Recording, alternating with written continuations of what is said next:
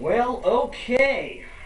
Well, good afternoon, everybody. Welcome once again to the Meat and Potato Show, conservative talk and awesome rock. We are filming, as you can see, once again at our Ambush Studios here in Worcester, Massachusetts. We had a great night last night with John DeRosa from 4-Tier Strategy. We went to the John Kasich event. We're quite literally just pulling ourselves in here right now. My next guest, John Strang, has been sitting in the parking lot waiting for me to get in here and get things going. So my guest here this afternoon, one of the things we're going to talk about is some of the problems that are going on with our current educational system. We can talk about larger academia. Mostly I'd like to try to cover what's going on somewhat in our elementary and high school levels, basically the trends that's going on right now. His name is John Strang. He's a retired teacher. He's currently a writer and musician. He's chairman of the Republican Committee in Fitchburg, Massachusetts. In 1984, he earned his doctorate in philosophy. And he ended up teaching in various colleges all over the New England area. I met him through a good friend of ours on Facebook, Ray Youngins, and Ray Youngins also works in some of the liberty movements here in Massachusetts. And I've invited John and Ray to try to come out to our next month's free educational event with the Worcester Tea Party. I look forward, I hope they can make it, and to talk about this very important issue about the demise of education, not just in Massachusetts, but just in the country in general. Ladies and gentlemen, John Strang, Dr. Strang, thank you very much. Thank you very much. Very good. So I'm going to read a little thing here. I was at a Pioneer Institute event a couple of months ago with President of the Worcester Tea Party, Matt O'Brien. Various people were there, and various handouts were given. What was very strange is that this one piece that I read, and it was actually in the Metro West Daily News by Tom Birmingham, "Are Lincoln and U.S. History Being Left Behind?" That's the name of the article. This is a reprint. This is the paragraph that struck me, and I did not know this. I did not realize it was this bad. When former Los Angeles Lakers coach Mike D'Antoni wanted to show his players an inspirational movie, he chose Steven Spielberg's recent film, Lincoln. And according to Lakers star Kobe Bryant, fully half of his teammates were surprised and stunned when Lincoln was assassinated at the end. This is how bad it is.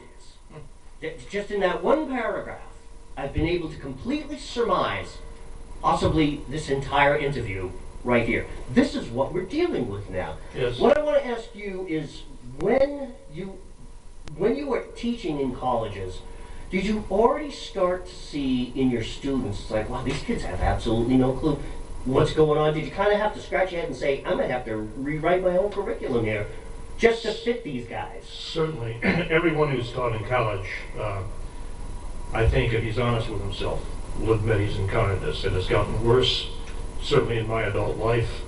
I would encounter students who were not familiar with the Constitution. My courses, incidentally, were not specifically on American history or American political philosophy, but I did teach collaterally certain things that had to do with political philosophy and touched upon them.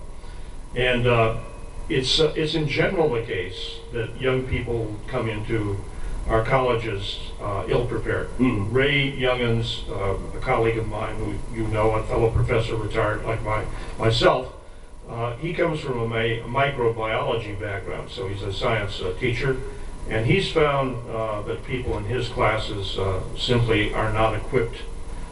This reminds me actually of an anecdote that I came upon some years ago. This is about the ill preparation of science students.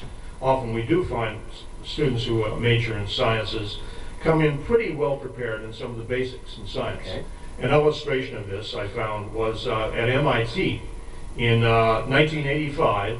The entering class at MIT, they have to take make sure that they have the basics in mathematics, physics, and English. And there were something like 800 students who entered in that year. And of those 800, none of them had to take remedial math. Of that 800, none of them had to take remedial physics. but 750 had to take remedial English. Now, this shows you, of course, this is in a sense, no reading. They don't cultivate this. But the question that you're raising, or questions you're raising, go beyond this. They have to do with fundamental lack of basics, history, inability to express oneself. This is certainly something that comes up in a philosophy class, where a student, typically in philosophy examinations, a student has to write essays. And you find that students, the courses I taught were primarily at state institutions, state universities, not the higher Ivy League institutions, but state universities. And you would find invariably that young people simply could not express themselves if they were given a blue book and told to write an essay. You would find that many of them couldn't write more than a paragraph or two. Fill up a page or two in the blue book. They don't have the ability. They don't come into college with the ability to write extended thoughts. They cannot articulate these thoughts. I see that orally either. My daughter, she writes because I'm a writer. She gets that naturally. The apple doesn't fall far.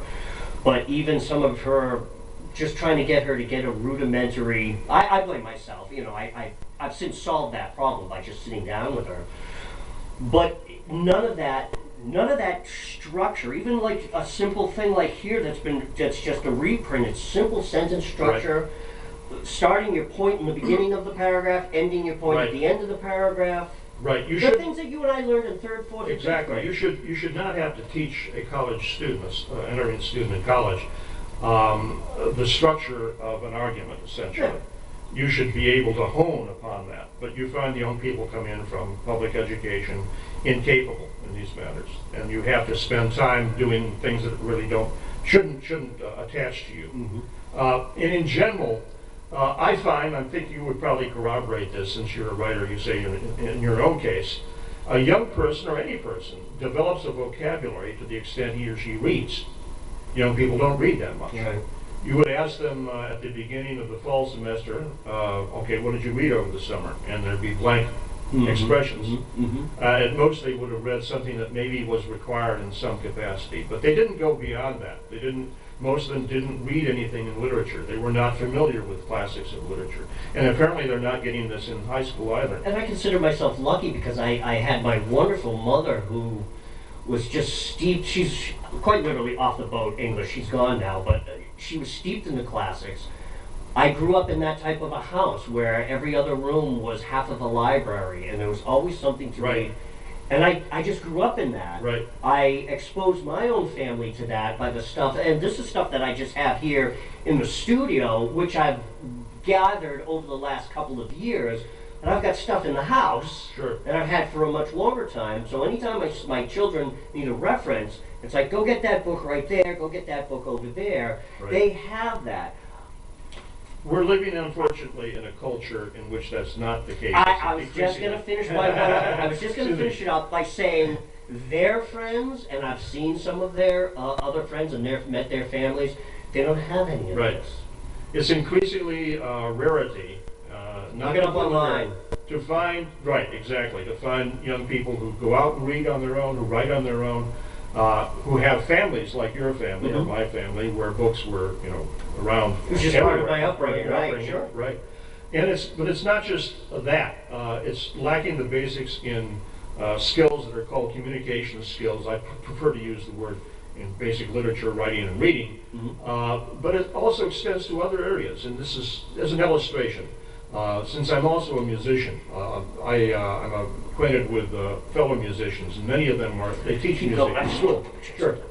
And I found, and anyone familiar with high school bands today will corroborate this, that you'll find high school bands are imbalanced in their instrumentation. I mean by that I think I know where you're going. That they have, for example, too many of one type of instrument, like flutes or saxophones. Now, flutes are fine and saxophones are fine, but you can't have a well-balanced, well-constructed band. You can't have 20 saxophone players. Exactly, 20 saxophones and 40 flutes, that doesn't work. But this didn't happen when I was in high school 50 years ago. You didn't have that imbalance. Now, what's the difference? Well, the difference essentially is a matter of discipline, or if you want to be crude, cojones. on the part of Oh, the that's music true. teacher. It used to be the case that a music teacher would tell a mother, for example, Mother O'Flaherty is convinced her daughter's going to be the world's greatest flutist and insists she play flute. And music teacher Schmidt says, well, I'm sorry, she's not the world's greatest flutist. She doesn't do that well. We'd like her to move her to another instrument. That was the way it was done then. Mm-hmm. It's not done like that anymore. You hurt my daughter's feelings. That's Dr. right. That's Strang. exactly the point. Hurting feelings is a factor in this. Honey, I'll teach you how to play that. And it's a factor know exactly in all where you're all aspects of education. And it's amazing. You and I would not recognize this if we went into classes and you saw what goes on in the sense of, well, in the worst inner city schools, of course, there's actual physical violence. But apart from that, you find a lack of a determination on the part of teachers to say, no, you're not going to do that, you're going to do this. And I know in this matter, and I'm going to require you to do this. Mm-hmm. You don't find that. There's been a general falling off of standards, a general lack of discipline.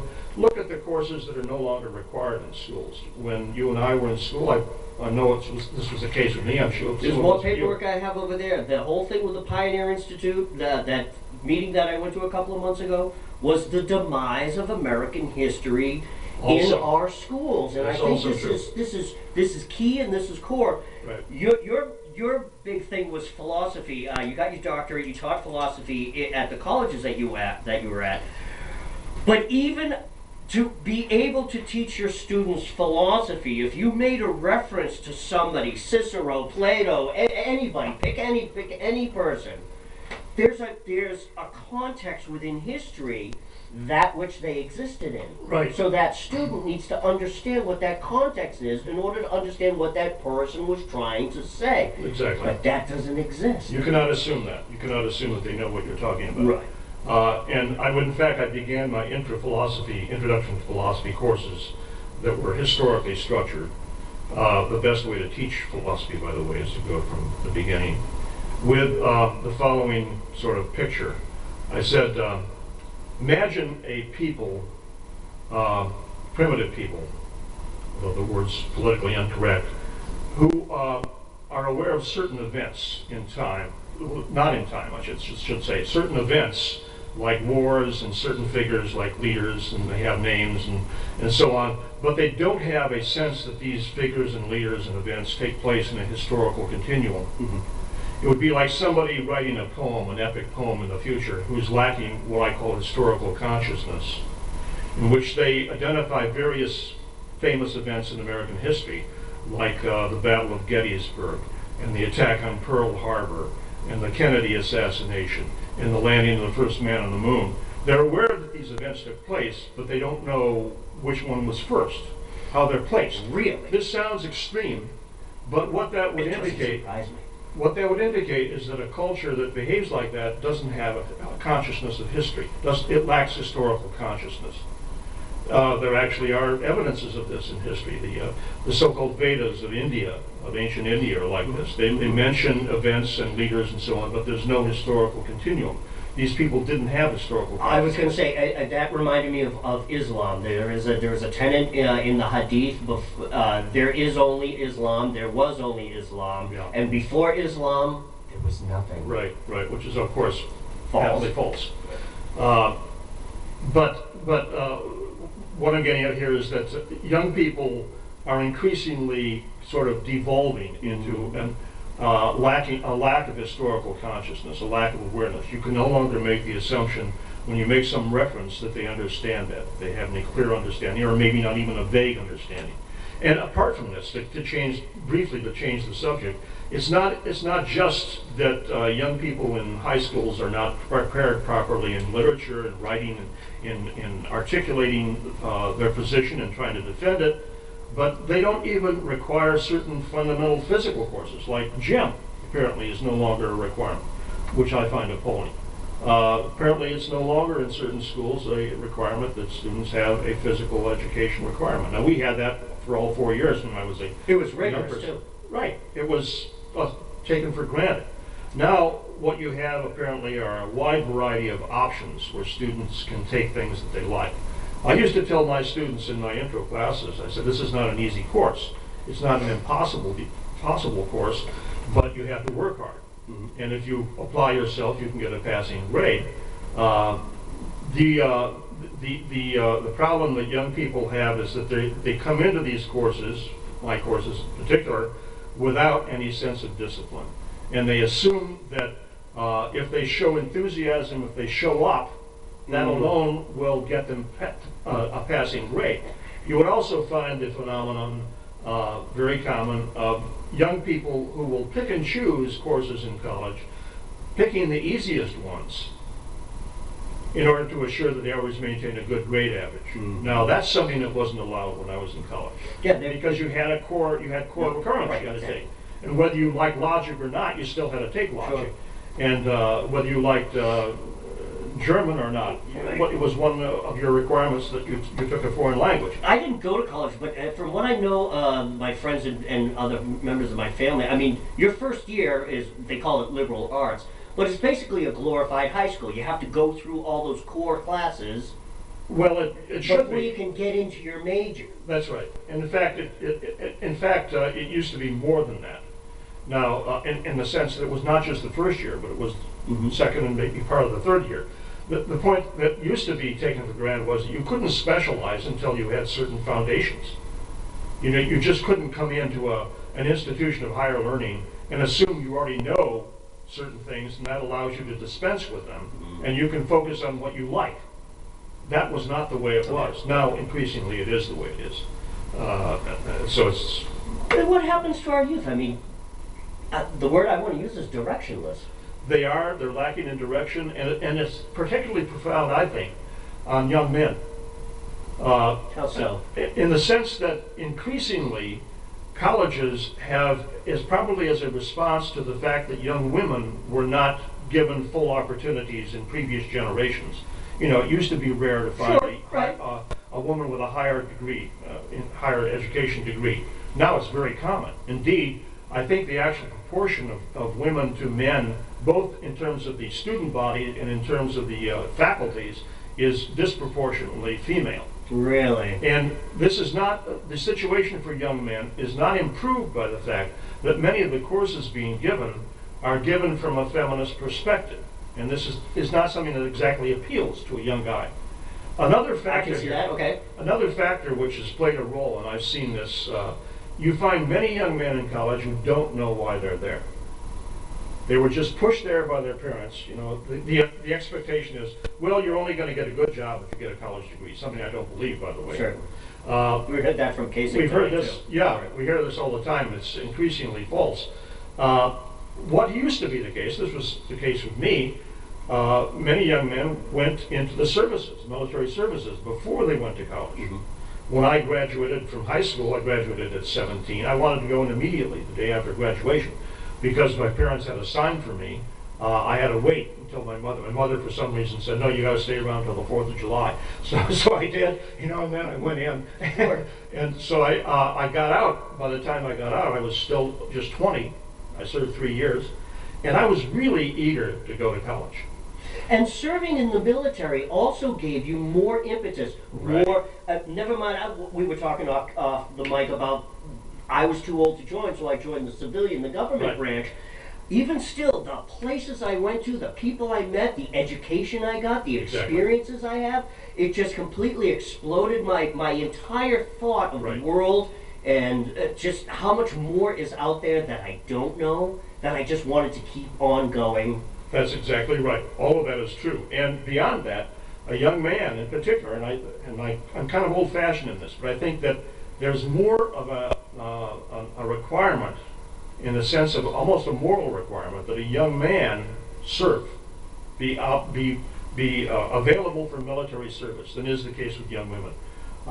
We could discuss perhaps in some other context the pressure on the part of institutions and feminism to propel young women into combat. You're probably aware that they're being pushed essentially into combat. I think it's unwise.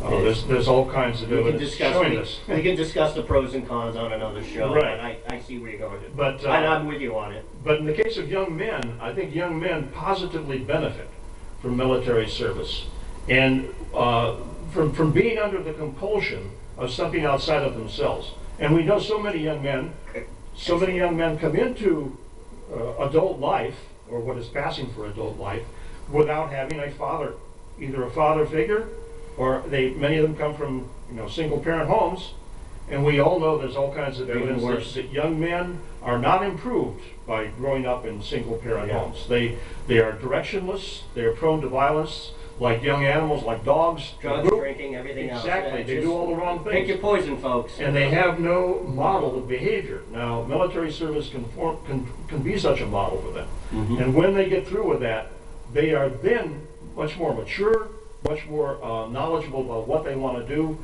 and they will buckle down and perform in college. I've seen this happen. I've heard stories many times of servicemen who came back from the Second World War, for example, in the college I went to, and faculty members would say they were the most wonderful classes they ever had, because every one of those young men coming back from service was so eager to study and to do well. Completely and disciplined. They weren't up disrupting the class. They were sitting there, their eyes straight forward, listening to what the teacher has to say. Exactly. So I may sound sort of old-fashioned in this, but I think there are positive benefits to military service, particularly for young men. And I think in the absence of this, there's a lot of directionless, a lot of misery, really, emotional misery, emotional turmoil. And I wouldn't use the term. I understand why you said I'm a little old-fashioned in this, because you obviously come from an older generation than even I myself. But even being a baby boomer myself, I saw that growing up, and I saw it in my family. And what we got from that was a really strong foundation. Of course, it didn't help, as I got older. I myself ended up in a divorce. Even my children, I've got two boys that are in their 20s, and my daughter is 17. Their friends, like, we're a stable household. Mother and father are there, even though it's a second marriage. But their friends, completely fractured. Right. Absolutely fractured. Right. They actually, I've got two of their friends, they actually euphemistically refer to me as the old man. Thank you, but no thank you. And it's so funny that their friends will come to me asking me for advice as if somehow I'm like the oracle. Right. Well, I'm thinking to myself, it's like, why does this exist? Then I meet their parents. Right. And they themselves come from dysfunction, drugs, alcohol, Right. broken homes. Right. Again, none of this book, none of this learning, none of this exposure. Right. Yeah, we have many levels of corruption and dysfunction. And how bad does that say about our society? Yeah, that people look to me I don't for think advice and information. I think any head of a household who can really say this is a household, it's a functioning household, will inevitably find himself or herself looked up to by young people. It's a certainty, and it's probably good, even though it may be sort of vexing. I enjoy it. It's comforting. But we have many levels of dysfunction in our culture, and if you ask the question, what is the common thread of them? I would say the common thread is liberal ideology. In education, and this is due immediately to a prominent American philosopher of past generations named John Dewey. There was this move that was essentially canonized by the education establishment to look upon education as self-centered. You are the individual, and everything is supposed to revolve around you. The notion of competition as playing a role in education was essentially eliminated by the Deweyites.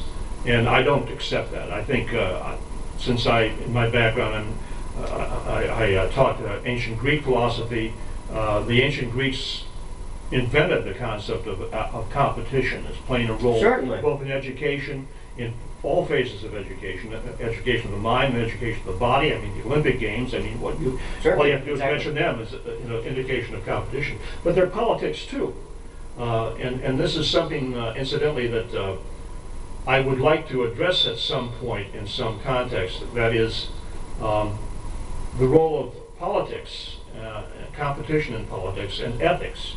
A connection that is sort of odd to most Americans. Sounds like it's something you've already been mulling. Go ahead. Well, I have.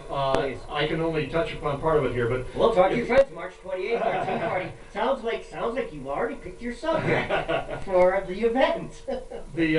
when you pose to an ordinary person on the street a question like, "What do you think about ethics and the place of ethics in our culture today?"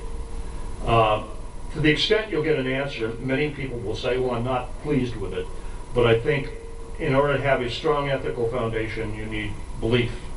You need a religious foundation." Sure. Now, that's true. That's one possible way in which one can indeed establish an ethical foundation. But interestingly, for the ancient Greeks, it didn't work that way. Our best testimony here comes from Aristotle. Aristotle was resident in Athens, although he was not a citizen himself. He was a resident alien. Interesting. Which I gave, didn't know that. yes, he was not, unlike Plato. Plato, for example, was a resident. Plato had no use for the politics of Athens. If you read the Republic, what you come away with is a man who is disgusted. Of course, he had a personal reason for this, in that his teacher Socrates was murdered by a political group, clique in Athens. But Plato had contempt not just for democracy. He didn't like democracy as a functioning institution, but he also didn't like politics. The Republic, the famous book he wrote, was really making the case that you can eliminate politics. You should have your society organized by a hierarchy with the most intelligent people at the top, and a warrior class beneath them, worker class beneath them. This is the division, Really? Yeah, in the Republic.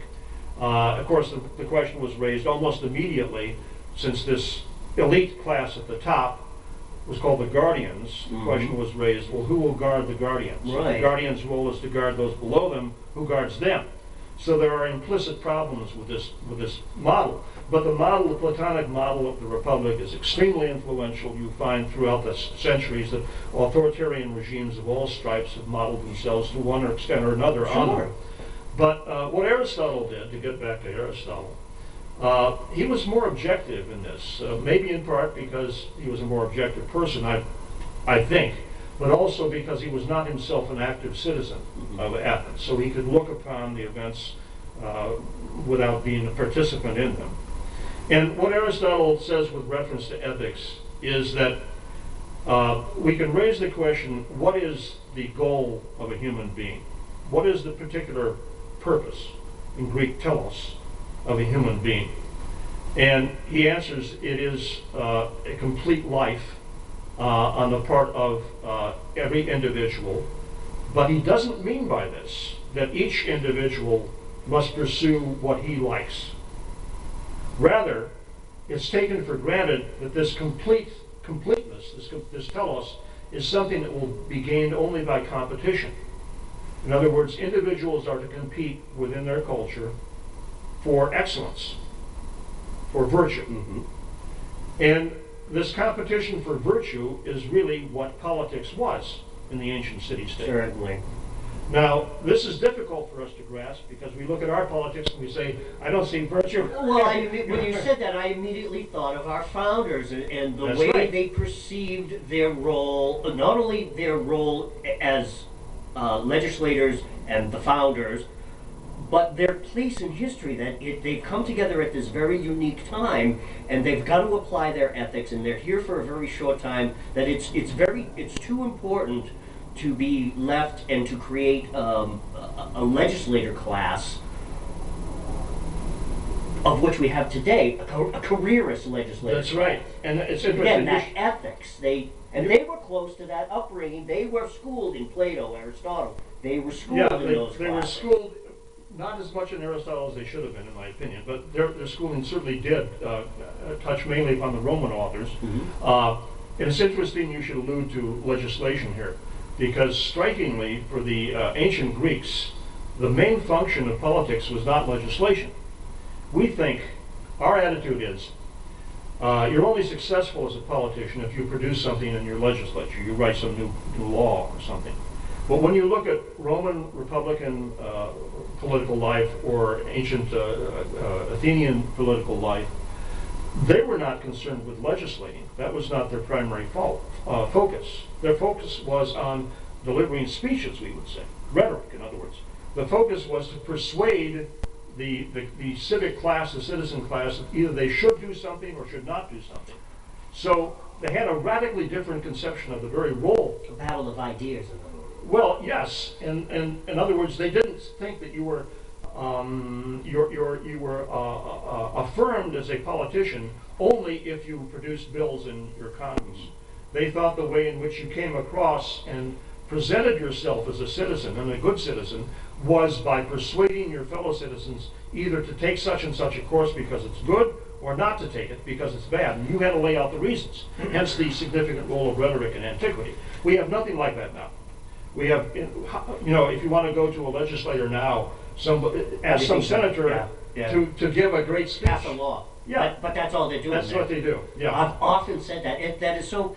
Again, sir, I don't have the education on philosophy that you have, but it's very interesting that you mentioned that, because I've always wondered, wouldn't it be something if you got a legislator elected and not only did they not do anything during their term in Congress or the Senate, but when they came up to a vote, they just voted no on everything? Well, I probably agree. no. Would probably agree. The That would answer probably is be no. a beneficial action. Actually, some have come close to that. Rubio, for example, has. Well, there's a great biography. I just picked it up. It's inside. It's about President Grover Cleveland, and he was the no president. Right. Basically, almost Right. every piece of legislation that came out of Congress during his time, he was like, no, Right. no, and everyone thought it's like, Mr. President, but we've got it's like. Right. And he kept referring to the tenets of the Constitution. Right. It is outside the purview. That's right. And the answer is no, you can't do it. That's right. That's good. And there are actually a number of earlier presidents who were like that. Mm-hmm. You can arguably say it changed with Theodore Roosevelt, who was, in my opinion, a very great man, but unfortunately got on this progressive kick, and it sort of impelled him, along in a direction which, in retrospect, seems to have been unwise. But one other thing, I don't want to preoccupy the issue with this, but with respect to ethics and the connection of politics, the Greeks' insight, essentially, the ancient Greek insight, was that ethics is something that comes about in the course of your own actions, your own acts. Mm-hmm. And Aristotle gives a definition of what he calls the good for man, which is the goal, this telos I was speaking about, and it's happiness, in Greek eudaimonia. And he gives a definition of eudaimonia. He says eudaimonia is an activity of the soul in accordance with excellence, lasting a lifetime. Energia psyches kataretain and toteleo in Greek. An activity of the soul in accordance with excellence, lasting a lifetime. So he's implying here, and he lays this out in the beginning of his Nicomachean Ethics, that a human being only becomes excellent in the course of repeated actions of excellence in his lifetime.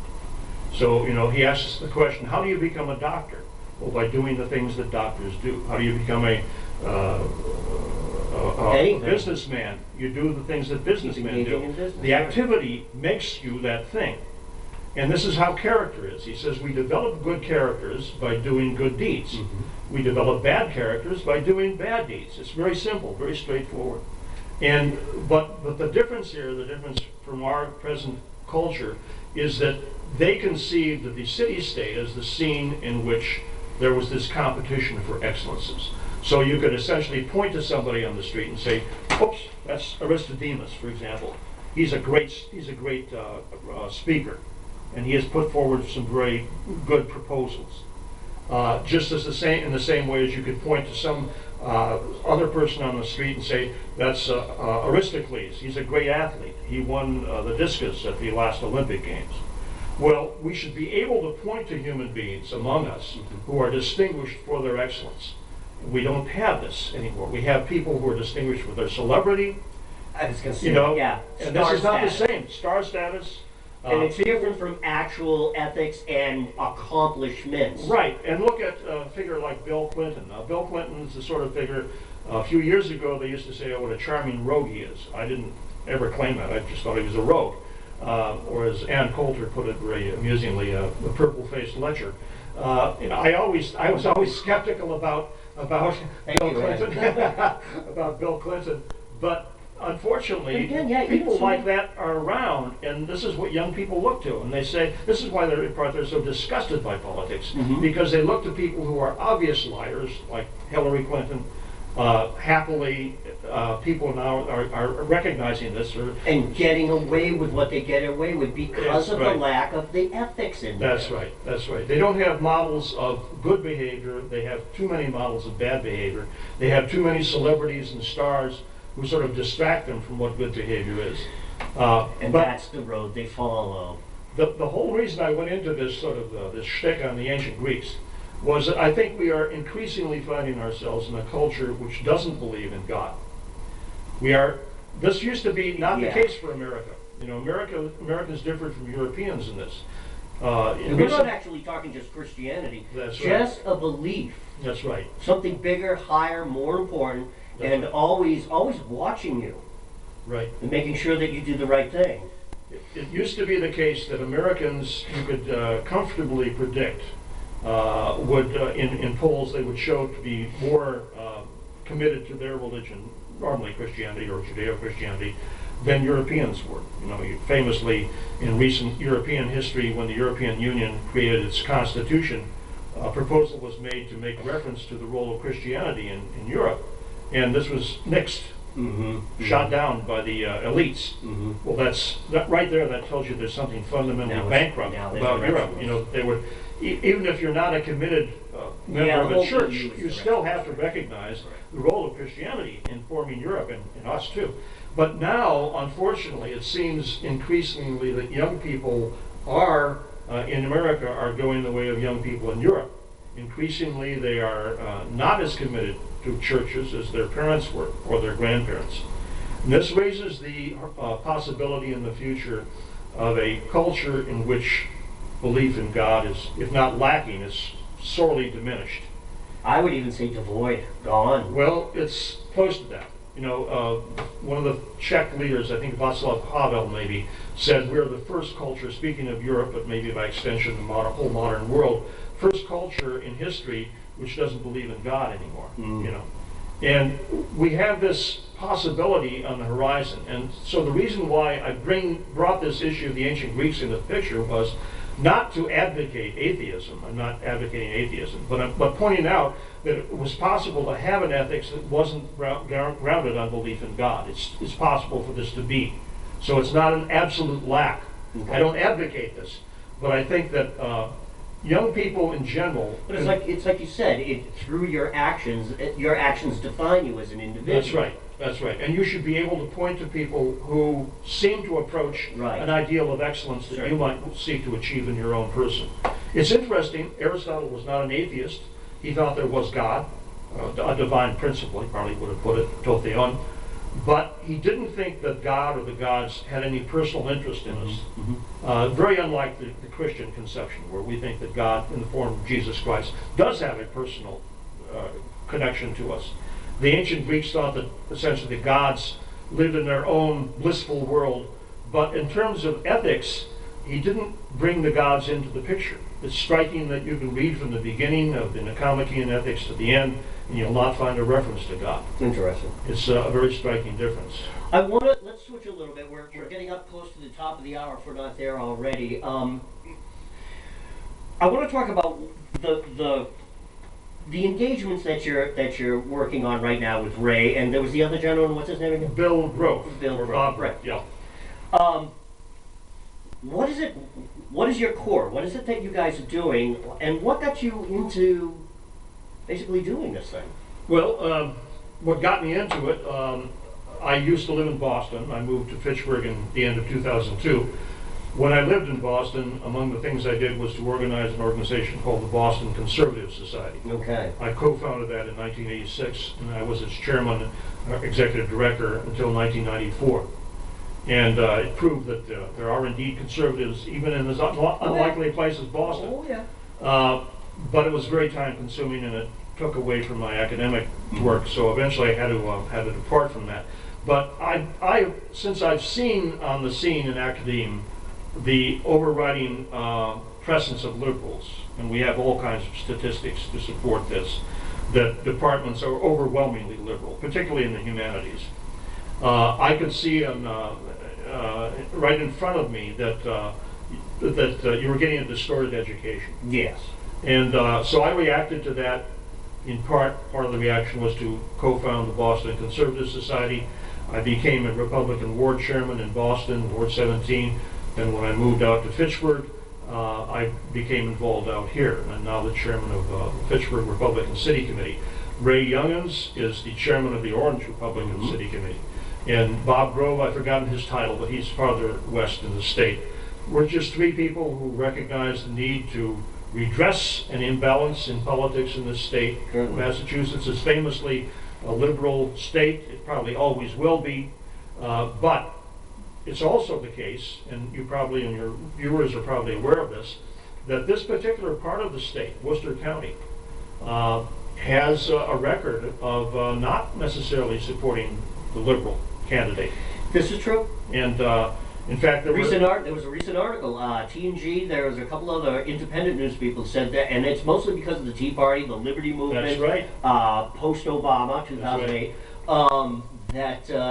The Liberty Movement and the conservative movement is growing here in Central Mass. And people like Ray Youngins, Bob Grove, myself, and especially a man I want to mention in particular because he's up for re-election, State Committee man Frank Ardinger, who is from the Worcester Middlesex District, which includes Fitchburg and Leominster. Frank is probably the most tireless individual I've seen in increasing the power of the Republican Party in this part of the state. Excellent. Unfortunately, and this is again a topic for another program, I guess, the powers that be in the state Republican Party are not conservative, and they are not supporting people like Frank Ardinger. They're supporting figures who are of what we call the donor class. The donor class and the establishment. That's right. And people should be aware that the establishment is not simply a cliche applying to Washington. It applies in states as well. Certainly. We have a state establishment, Republican establishment, and unfortunately, it is indeed almost identifiable with the donor class. People who give money, but people like Frank Ardinger and the rest of us, we give light work. We go out and meet people, and we increase the numbers. Yeah, the sweat equity. That's right. That's what's important. That's right. John, I want to thank you so much. My pleasure. Thank you for coming on out. Ladies and gentlemen, John Strang, retired philosophy teacher, writer, musician, chairman of the Republican Committee in Fitchburg. He'll be coming March 28th, hopefully, sir, I think to our Worcester Tea Party event here in Worcester, Mass. that we have every month. And I just wanted to do this interview to get a precursor into what's going to be going on. John, thanks again, sir. Thank you. Enjoy. Thank you.